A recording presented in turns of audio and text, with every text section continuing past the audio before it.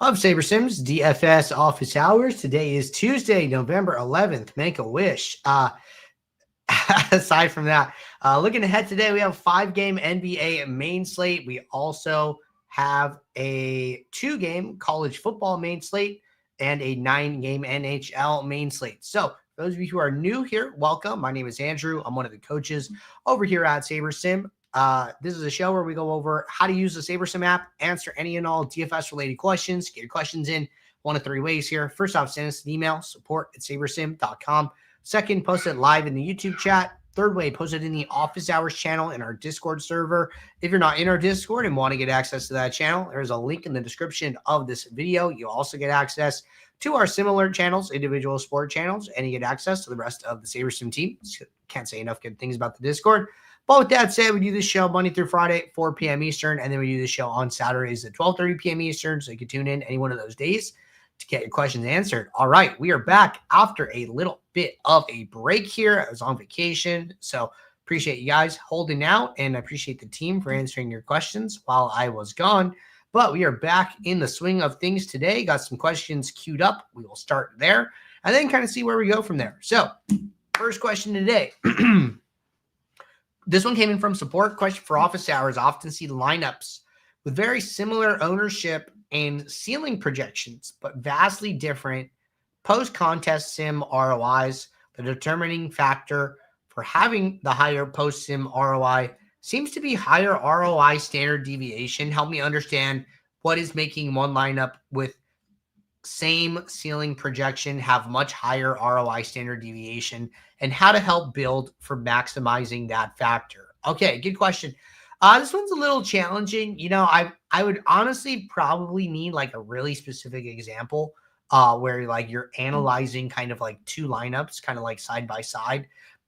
Things that come to mind, right, is, you know, when we're talking about ceiling projections, you know, generally we're talking about like the player percentiles, right? So if player percentiles are kind of similar, what is left, right?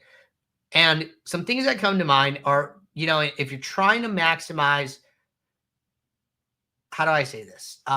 This is the least like the way I think about it. All right. I'll pull up like a graph here. Standard deviation graph.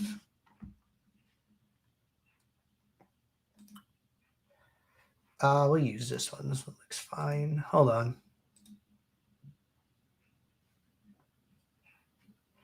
That's not exactly what I want. This one might be better.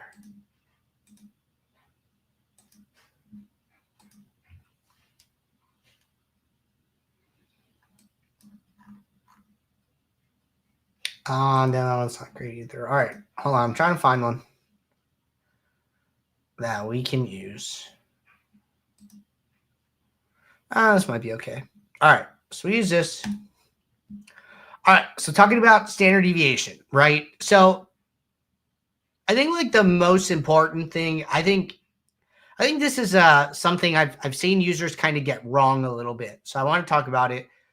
Now, when you are, you know, I think in a perfect world, what people want, right, is people want high upside and like high floor, right?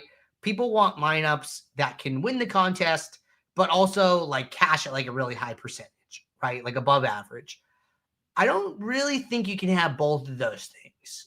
And the reason is like basically when you open yourself up to outcomes in one direction, you are opening yourself up to the same outcome in the opposite direction, right? It's like players who build lineups that have like high cash percentages, but low win rates, right? Where they're living is they're living in this area, this like 34% area where their lineups don't have enough upside, kind of because they're afraid of like not cashing. You know, they want to get some return. So they end up in like this kind of like a middle ground, right? Where maybe they're cashing at higher than, you know, the payout structure, but their lineups never have enough upside.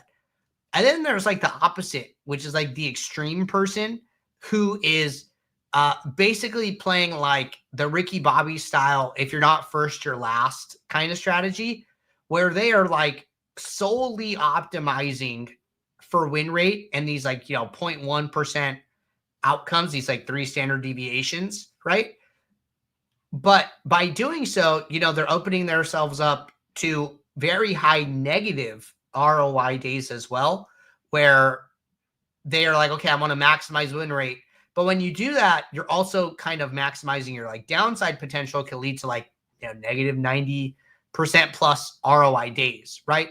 And then I think, kind of like the sweet spot is like somewhere in between where you can find like a nice balance of lineups that have high upside, not as much as like if you're like solely maximizing for it, but you can play somewhere in the middle, right? And that's obviously like the $1 million question. Like, okay, well, like how do you do that?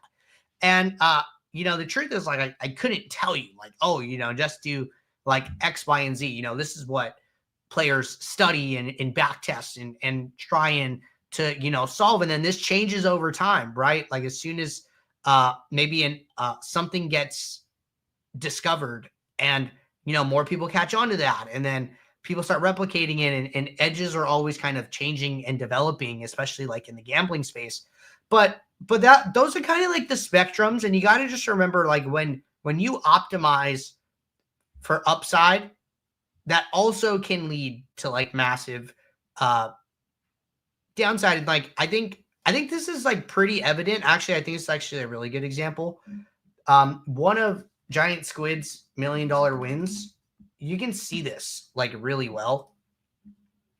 So if you go to the winner circle, I'm pretty sure there's one here that has, see, this is kind of like another one, right? Like, okay, has like a first place, has like a near last place, couple in the middle, right? Like very spread out, and a wide range of outcomes here.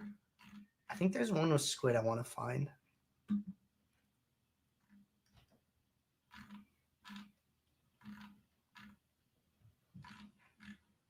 Okay, this is the one. This is the one I'm thinking of, right? Like, look at these, where these lineups kind of finish, right? Where it's like somewhat, I don't know how many lineups this is. I'm going to guess, I don't know, 15-ish sounds like about right. Where there's like 1, 2, 3, 4, 5, 6 in like there's for sure like 3 in like the bottom 5% of the contest. Another 3 like within the bottom 20%. 2 like in the 50th percentile, maybe 2 in like the 20th percentile, right? Which is like the cash line. And then there's like 1, 2, 3, maybe 5 at the high end here. And, he obviously took spots 1, 3, 6, and 7, right? Like 4 of those are like really, really high. Like this is, an awesome like distribution kind of like of your lineups where yeah, they might be a little too correlated. I don't know what these lineups look like. They're a little concentrated, but like overall it is kind of spread out here, right? So, how do you achieve this, right? That's a really hard question to answer. I think this is what you can strive for. And I think you're asking the right questions in your, kind of flashback like analysis here. So I think that there's a couple things you could do, right? First one is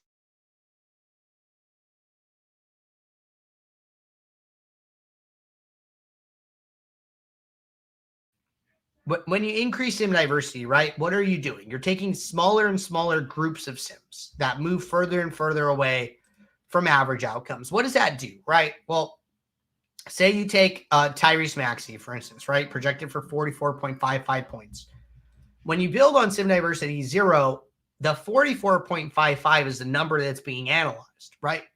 But when you build on 10, for instance, we're plucking one sim of Boston and Philly, and we're using his score in that game sim as his projection for when we decide who to put in the lineup. So if he scores his 95th percentile of 61, well, that's the number that gets analyzed, right? This has a bigger effect on players who might not grade out well from like a point per dollar kind of basis, right?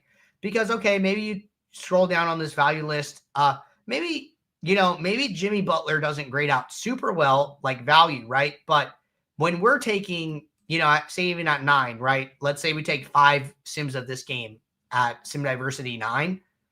He could have 5 sims where his average ends up being 45 points, right? Somewhere between his 85th and 95th percentile. That is way, way, way different than this 34 average number, right? And it will lead to him getting in maybe more lineups than you expected, because maybe his upside is a little bit higher than kind of his average, like kind of alludes to. So I think Sim Diversity is a really good place to start. I think studying the players, or not the players, studying the users who are achieving this is a really good place to go, right? You see some users playing these types of lineups. Hey, what are they doing? Can you model, mimic, and master, what they're doing, and take some of that and use it in your own process, right? I think maybe like an example of that I have for myself is I was studying, Shady Advice and some other like top pros during the MLB season. And I noticed that they played a higher amount of 5-2 stacks than I did, a significantly higher amount. Why they were doing that, I don't know. But when you see these trends from like top players, I think it's good to listen to them, even if, you don't fully understand it, because maybe they're not playing 100%. Maybe they're playing 70, 80, 90%. Well, if I'm playing 25 and I just double my min exposure to 50, I'm probably directionally correct, right? Even though I don't fully understand it, I know like, hey, this is a decision that enough good players are doing that I think I should probably be doing too. At what rate I should be doing it, I'm not 100% sure. So I'm going to be a little conservative. I'm not going to go and put like 100% max, 100%. I'm not going to play 100% 5-2s, but I want to play more than what I'm playing, because it seems like that is like a trend that we're seeing amongst the best players, right? That is kind of what you need to, where you need to go next. That is what you need to try and discover, is that next step. What are these good players doing who are achieving this? And, are there similarities? Can I identify them? And then can I take them and use them for myself? So I hope that gives you a direction to kind of go in. I don't have any prescriptive advice here, but that is where I think you need to go. And that is where DFS gets into a very, very big kind of gray area, kind of like puzzly, and turns into a little bit more of a trial and error kind of thing. All right. Really good question to get us started. Hope I didn't ramble too long. Next question. Last night in the NBA main slate, I had my highest exposure to a chalky Holland. I also had 34% leverage on him. He dudded in a less variant sport like NBA. Is there still a maximum amount of leverage you'd like to have on a player? Is 30% too much? Should I spread out more? Yeah, I mean, I didn't play last night, but I did see that Holland was 67% owned in some contests. So it sounds like he had 100% of them. I know he had like a terrible day. These questions are hard, right? Because what is 34% leverage, and how does that compare, to his ownership, to your other leverages? I don't just think about leverage as like a percentage, right? Because, let's look at tonight, right? All right. We go to like the highest owned player, Nemhard here, 39% owned. Let's say you have, what's a good number to use? Let's say you have 60% exposure to him, right? That gives you 20% leverage. Now, is 20% leverage on Nemhard the same as, say, 20% leverage, and we'll pick a lower owned player, on on Draymond Green, right? And Draymond Green's owned 8%. The answer is no, right? And why is it different? I like to think about it in like a multiplication of like the player's ownership. When Holland is 67% owned and you have 34% leverage, right? Or 33% leverage or whatever, you're 1.5x the field on him, which means that you have 1.5 times as much of him as the average user is going to have. That is a lot different than if you have even 20% leverage on Draymond Green at 8% and he's 28% exposed. You are over 3x the field on Draymond. You're about 3.5x the field in that scenario, right? So how much leverage do you actually have? 1.5x versus 3.5x, right? You in theory, you have more leverage on Draymond because a lower percentage of overall lineups have him in it, right? So I don't want to discourage you from playing Holland in that spot, right? Just because he failed one time. I don't think you were that overly leveraged to the field as it might have seemed. I know you had him in 100% of your lineups, but so many lineups played him that it doesn't end up being a huge number. So I want to just give you a different way of looking at the same problem where how much leverage is this actually? Now, if you want to protect yourself from a situation like that in the future where it's well, if he busts, I have 0 lineups that are live, then okay, that's a reason to bring it down, maybe bring it down to 90%, 80%. Maybe you match the field on him, right? It's going to depend on your level of confidence in the play and just kind of what your overall risk tolerance is. Some people might say hey, he was a really good play. We lost today. It's okay. We're back at it again tomorrow, right? That's why it's daily fantasy sports, right? We're new slate tomorrow and we get to try again. That's also a good kind of bankroll management. If you're coming away from that performance of Holland with that kind of attitude, you're probably wagering a very good amount of your bankroll, right? And I don't mean a lot. I mean the correct percentage where the win sucks, but it doesn't kill you, and you're not kicking yourself and you're not, letting it affect your mood. It's chalk it up as a loss, come back tomorrow, right? So there could be some hints in there about well, maybe I should just be willing to go 100% and play less on the slate, or maybe I should play the same amount and just have a lower overall exposure and not go 100% to any one player. So you got to figure out, what route makes the most sense to you. But those are the most common paths that I can think of where you might be able to find a solution that makes you happy.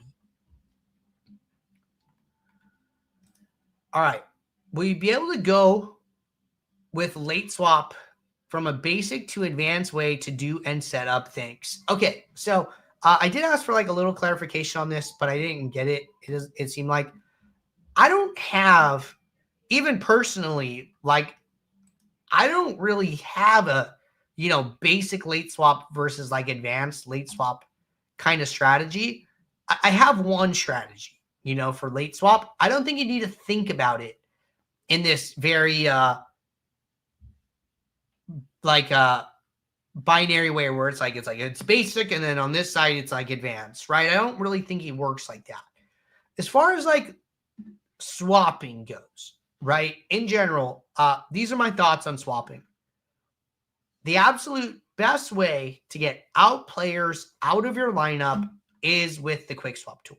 Okay. I think quick swap is the best tool. Doesn't listen to minimax exposures, doesn't listen to minimax salary, doesn't listen to rules.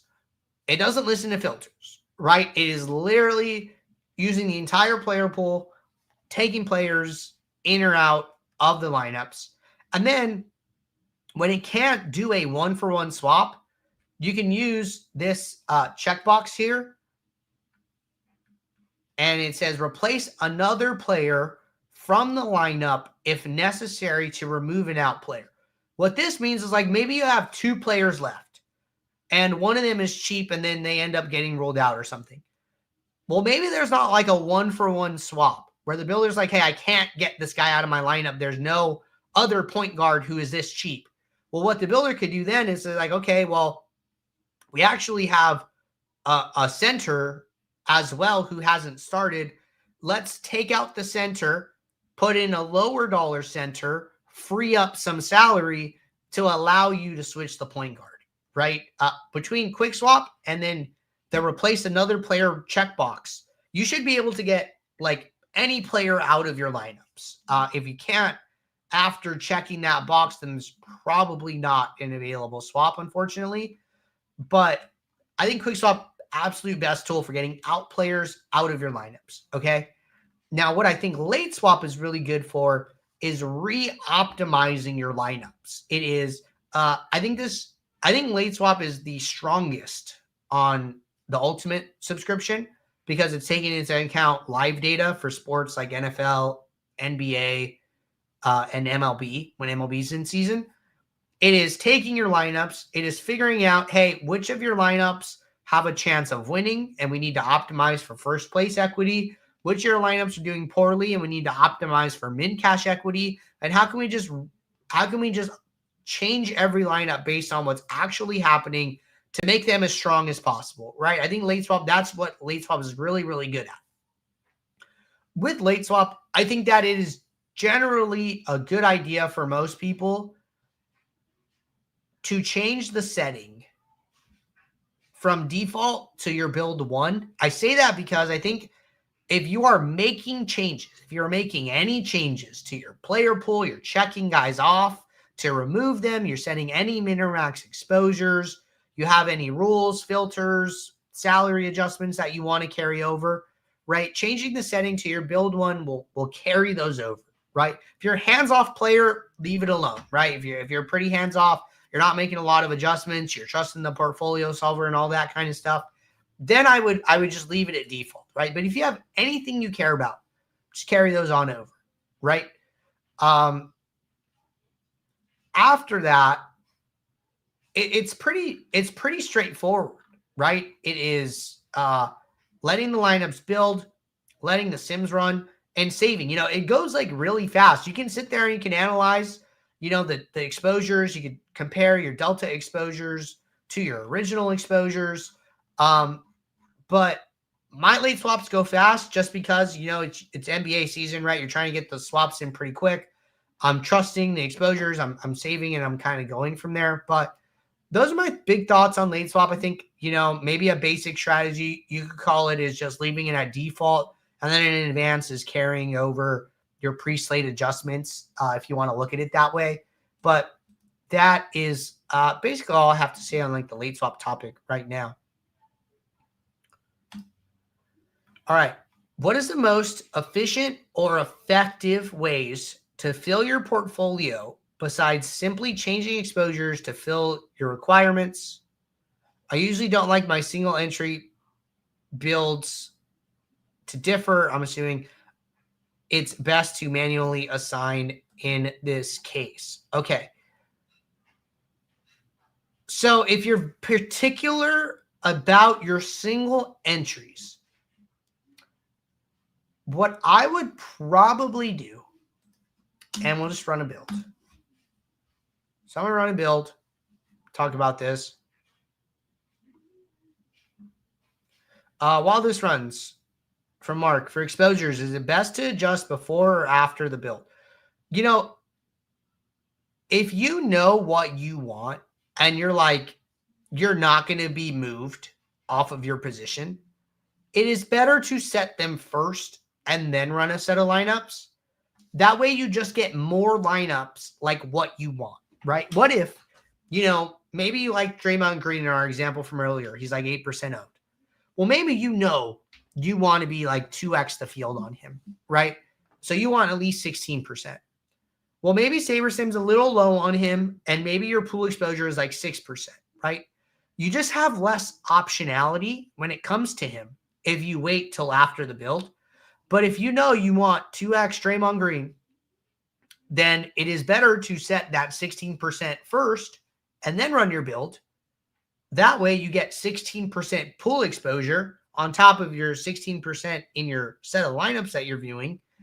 And then you just have more lineups that look the way you want and allows you to be more flexible after the build. So that would be a reason for doing it before the build rather than after.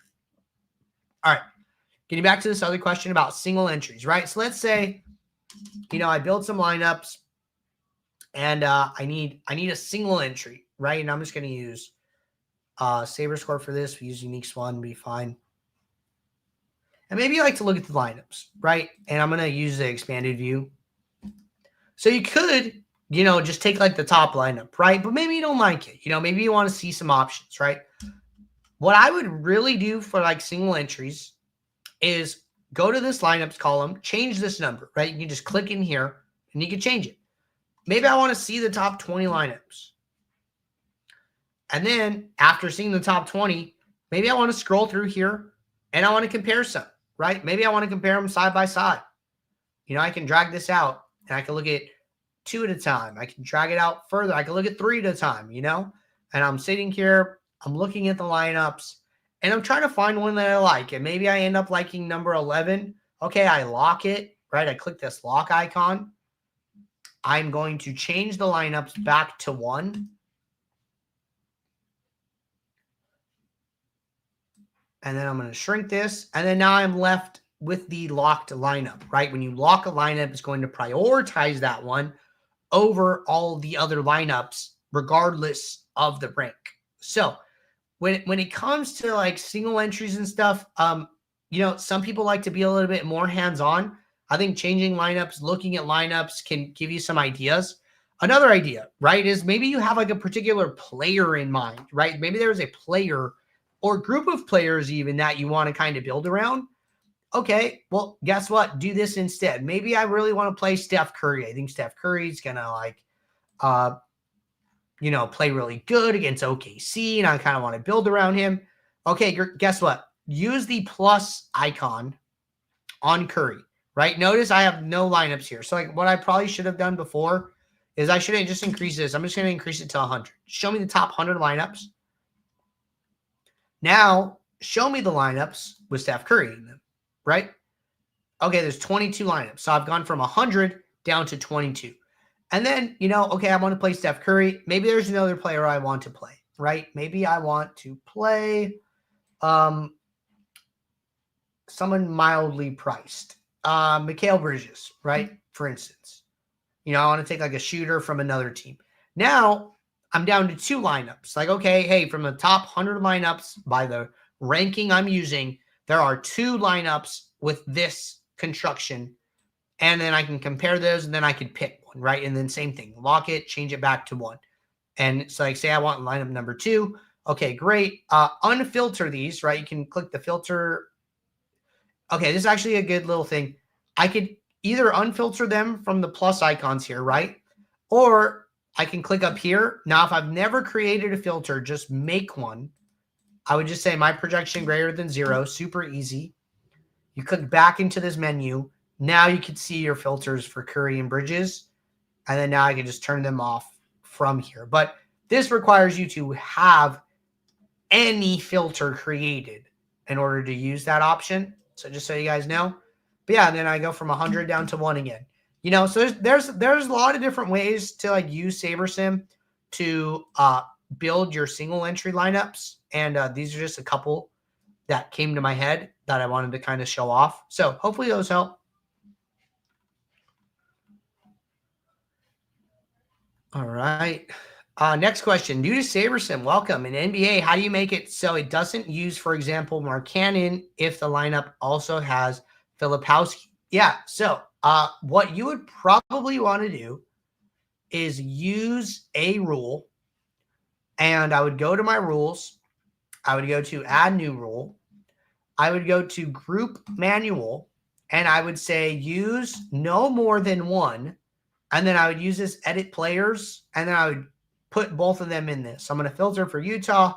sorting by projection, I pick Markkanen, I pick Flippowski, and then I click save. So then now it's saying use no more than one of these two players. And then I would save it, and then I would build lineups. You got to do that before you build the lineups. If you do it after, it won't work as well. All right, next question.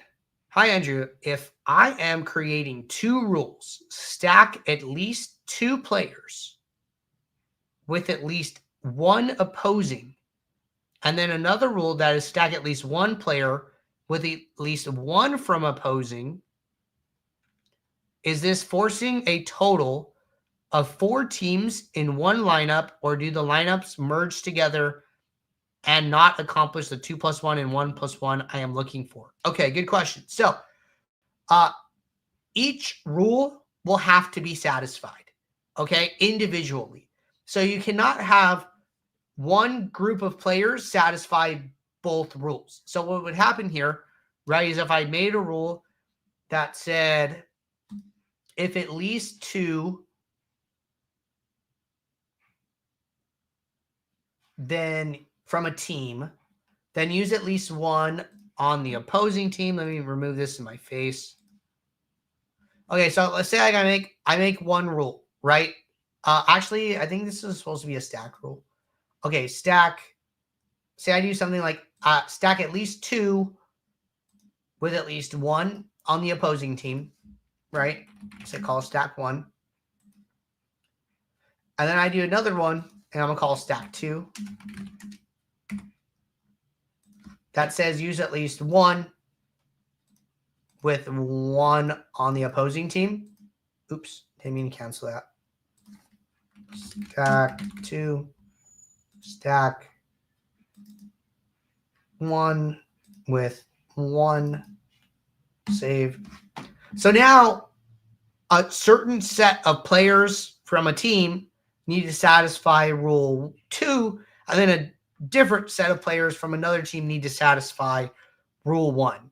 This is like very easy to see in like hockey. Like if you do like 2 different 3-stack rules, you will get lineups with 2 different 3 stacks. You will not have like you'll have like one rule that says stack 3, one rule that says stack 3. You will not end up with a single 3-stack where one group of players is satisfying both rules.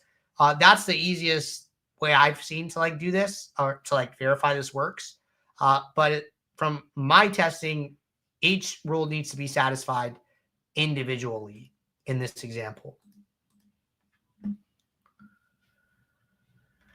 All right. Mark said, makes sense. Thanks, Andrew. You're welcome.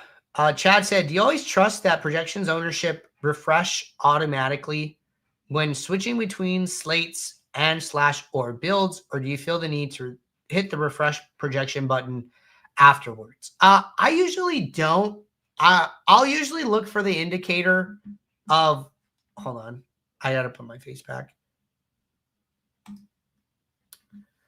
What I've noticed is that when I have the, where is it? Okay, this might have moved. Okay,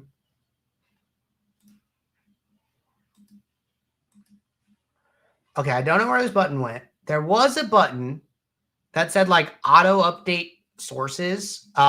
Maybe they just get pushed to the app automatically. I think it's fine if you want to just like come in and like hover, you know, real quick. Like you switch a build and you want to come in and you're just like, hey, let me, you know, put my cursor like while it loads, right? Like there's some amount of like loading time here. If you want to just drop your cursor on the refresh projection to like see what it is, I think that's cool. You know, it's probably a good use of like 3 to 5 seconds. Thank you, by the way, for letting me know that this auto update sources button moved here. And it just basically says like when this is on, the update just automatically refreshes in your app, which is great. I generally trust it, but I think that, you know, with switching between builds and slates and, you know, there's a certain amount of load time. If you want to just hover, it's fine. I don't spend the time to refresh it personally, but if you want to and you have the time to, that's totally cool. Okay, we did answer this one. Yeah, so like on this one, right? Like my brain makes me click the button each time and I lose valuable time. You got to think like what is the most valuable thing that you can do, right? And like sometimes you end up in like a situation in like NBA. Sometimes, and I don't think we're there yet, right? We're less than a month into the NBA season, and this will get like worse as the year goes on. Sometimes you're gonna end up in a situation where news breaks. This is like an extreme example, but I think it makes the point well. You're in a situation where news updates so late that you know there is no way I can go through like my entire process in the next like 2 minutes, right? Like, okay, someone just got ruled out. I have 2 minutes to get this in. The game is at lock, unfortunately, right? You have to prioritize like what is the highest priority thing I have to do? And then what is the second highest? And then you rank all these things, right? Maybe you do 5 things. And you just have to decide like, hey, I'm just going to get rid of like 4 and 5. Like there's no way I can get to these things in enough time. I think an example would be like somebody gets ruled out late. They pull their hamstring in warmups, and I have them in my lineups, right? Highest priority thing is getting those out players out of my lineups. Even if I don't get the direct backup, at least I'm going to not have zeros in my lineup, right? It's like highest priority thing, get the out players out. Maybe I have some type of process where I use filters, right? Maybe I'm using filters. I might just have to go filterless. And I'm just like, you know what? I do not have time for filters right now, right? There's absolutely no way I'm going to be able to get these filters back on and rerun the sims and get these lineups in, right? Like that's one thing, like boom, gone. Maybe I usually build 5,000 lineups, but like right now, I know I absolutely do not have time for 5,000 lineups. Okay, I'm going to build 2,500 lineups, right? I'm going to build 1,000 lineups, right? Because I know I need to shave seconds here, right? Like what I'm doing is figuring out what is most valuable, what is least valuable, right? If clicking refresh projections is causing you to lose valuable seconds and not be able to do something else higher priority, you should probably not do that thing, right? And then just trust the timestamps. That is the way I would think about it. If you have the time to do it, great. If you do not, you gotta find a way to not scratch the itch and just roll with it. So that's my thoughts there. All right. Next question. Hey, Andrew, what's the best way to build an NBA single entry lineup in a 3-max if you have the time? Thanks. Yeah. We actually kind of talked about this in case you missed it. I thought it was like a pretty good idea the way that we were doing it, where we were basically talking about, you take, a set of lineups, right? Like say I need 1, say I need 3, it all kind of works the same. One is switch off this compact view so you can see the lineup a little bit better, right? And we did a little bit deeper dive. I'm just going to cover it real quick. And either 1, scroll through these one at a time. Either 2, expand out this lineup section so you can see 3 lineups. So you can see 2 lineups, however you like to view it. And then, or even use filters, right? Maybe I want to see lineups that have shy here, right? And, there's 2 out of my top 10 that have Shai Gilgeous-Alexander. And, maybe I want to key in on one of those, right? You can use the filters to find player combos. You can look through different lineups to see what they look like, see if there's one that you really like more than another. When you do that, you lock the lineup. And, you can lock 3 lineups, right? And then once you're done, you change this number back to 3 or to 1 or whatever you need. And then you settle on the one that you picked. Like, hey, this is the one I wanted to play. And kind of roll with it from there. But I think, SaberSim's going to give you 1 by default changing this number to a bigger number is like totally cool. So I actually really like that kind of approach.